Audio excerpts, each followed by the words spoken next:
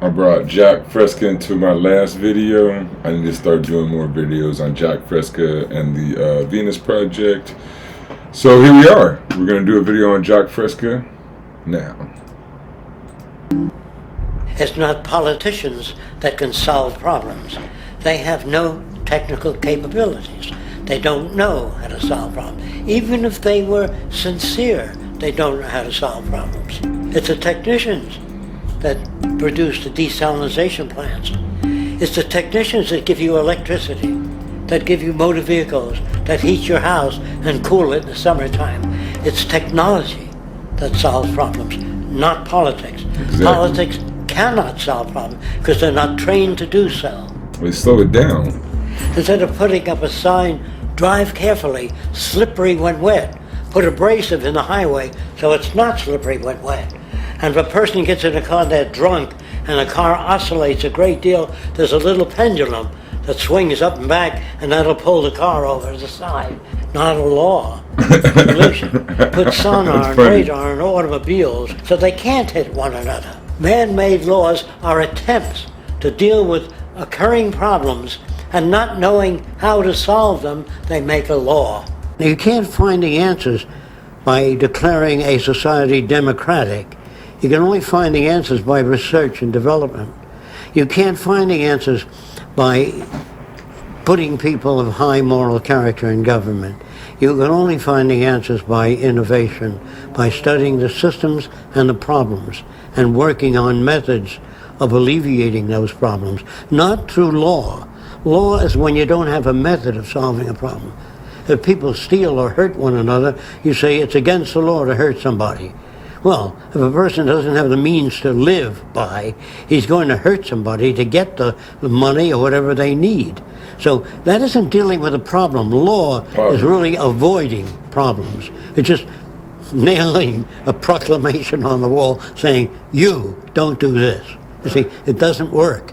In the long run, you might cause people to consider an action before they take it. But all laws come into existence because of scarcity. Always difficult to imagine that. When there's scarcity of water, people will steal it, remove it, if not for themselves, for their children. Right. So all the laws in the world, but if you don't want people to steal water, you build an electric fence around the water. See? And this is the way you say, you don't need to put up a sign, don't steal water. But those people will die. So we don't want to do that. We don't want to build a fence around our country, say, this is the greatest country in the world, we're going to keep it that way. We depend on other countries. If we live to ourselves, I can assure you, we'll die of ourselves. Because if the Russians do nuclear testing and they dump radioactive stuff into the sea, or the Japanese, the world is one big place and the air moves around and the waters move. Therefore, living to yourself. See, so that's the leftist, communist type of thinking. It's one big world. If you put something in the water, I'm going to drink it eventually. If you put something in the air, I'm going to breathe it eventually. And vice versa. If I do it, you're going to drink it or breathe it.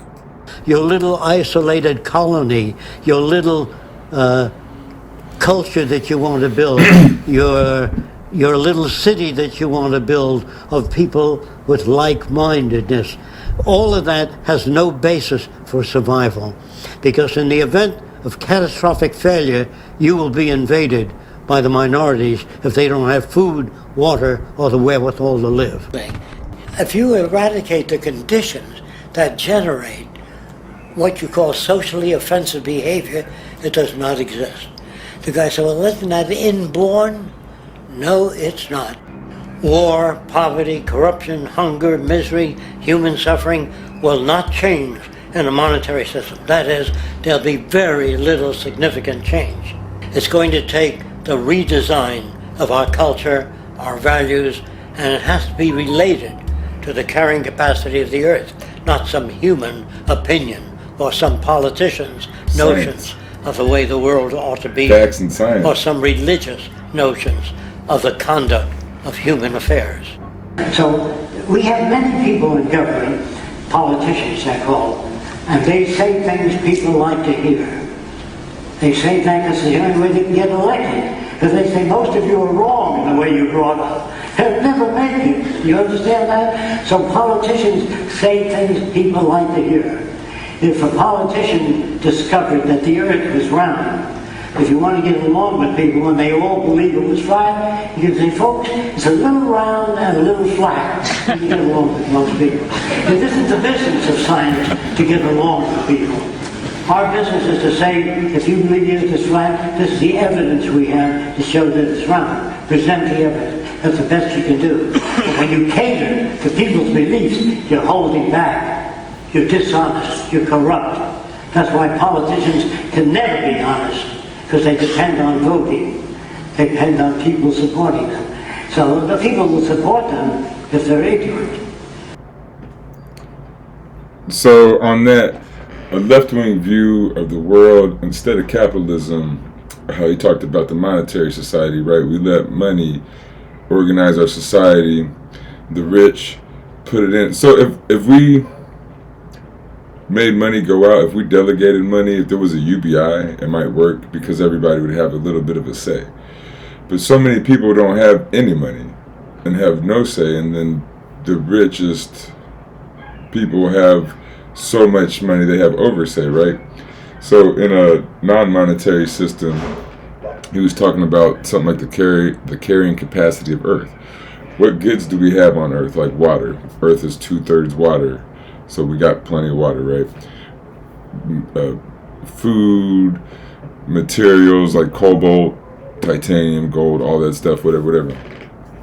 So you just take how much of everything there is, how many people there is, what people need and what people want, and you just divide it out. Now, all our needs can be taken care of. Our needs are food, water, healthcare, clothing, and education. Like, there might be a couple others that I might be leaving off, but those are the clothing, did I say that? But so those needs can be pretty well taken care of pretty easily. And then like transportation, everybody wants a car, right?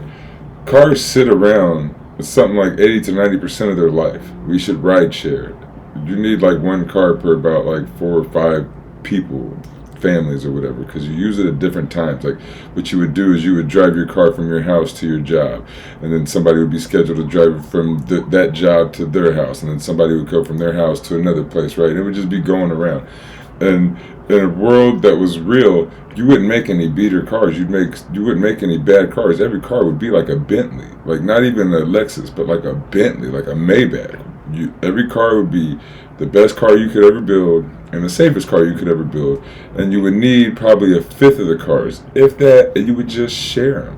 It wouldn't be a thing. There'd be so many less cars on the road that you just schedule it. But kind of getting off on things, but that is kind of the politics, right? That's kind of what we got to discuss. How are we going to do all this, right, without money? We organize. The first thing is like teaching stuff, making sure food is there, housing, right? That's what a government is for. It's supposed to give us what we need. It's supposed to organize what we need. If there's enough resources, it should just organize the resources and give it to us. Now, if there's not enough resources, then that's when you have a scarcity-based society, and you have to live society based on scarcity, and you have to allocate, or you could do a money thing and just some win and some lose. But we don't have scarcity in our society. We force scarcity. We have enough to where everyone could live a pretty easy, decent lifestyle, but we choose to let some people live elegant, super fancy lifestyles, and some people live super poor lifestyles, and then most of the people live not even in the middle. They live closer to the poor lifestyle. Probably 50 to 70% of us would be considered living to the poorer end of the spectrum, where like 10 to 1% of us live on this uber wealthy side, where it doesn't even make any sense. It's not necessary. It's crazy. But before I get too long, I'm going to do more videos about Jacque Fresco, the Venus Project. Yeah, the Venus Project. This is, they don't like the word communism. They don't like to talk about left, right wing. But see, I think that's a problem, that we need to start normalizing the words socialism, communism. We need to tell people what left wing really is. And so we do that by, informing ourselves across the spectrum.